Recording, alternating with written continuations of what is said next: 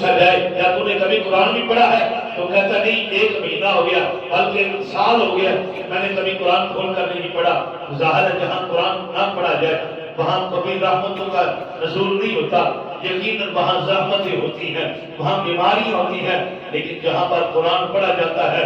رحمتوں کا بسیرا ہو جاتا ہے، رب ذوالجلال کی رحمتوں کا نزول بھی ہو جاتا ہے۔ اس لیے صاحب آج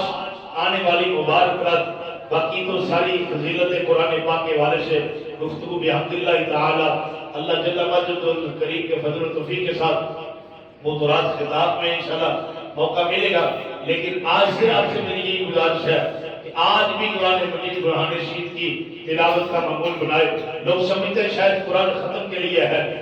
لوگ کہتے ہیں قرآن صرف دم درود کرنے کے لیے ہے، اس کی یہ بات، اس کا یہ مطلب کوئی نہ لے کہ ختم بلانا جائز نہیں، اس کا کوئی یہ بھی مطلب نہ لے کہ شاید دم کرنے کا فائدہ نہیں۔ اللہ قرآن مجید برہان رشید میں ارشاد فرماتا ہے وَنُنَزِّلُ مِنَ الْقُرْآنِ مَا هُوَ شِفَاءٌ، ہم نے قرآن نازل کیا اس میں شفا بھی رکھی ہے۔ یقیناً قرآن کو دم کر کسی بیمار کو بھوک لگائے گا اس میں شفا ملے گی،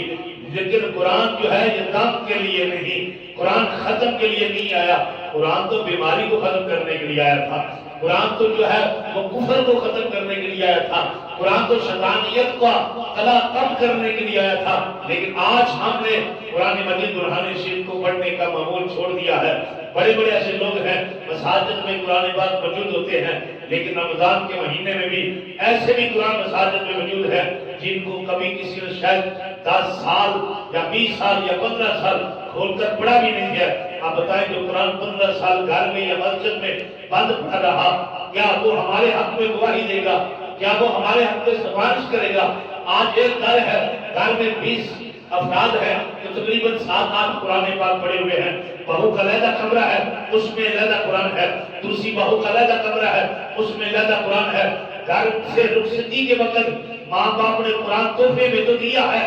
لیکن ساتھ وصیت بھی کرنی تھی، بیٹا یہ قرآن لے کر جا رہی ہو تو جا کر اپنے سسرال قرآن پاک کی تلاوت کرنا، اپنے بچوں کو قرآن کی تعلیم دینا۔ تو جو ماں اور باپ گھر سے بچوں کو تعلیم قرآن کے زیور سے آراستہ کرتے ہیں ان کا گھر جو ہے جنت کی رحمتوں کا بسیرا بن جاتا ہے، اللہ کی رحمتیں وہاں نازل ہوتی ہیں، بیماریوں کا راج ختم ہو جاتا ہے، وہاں سے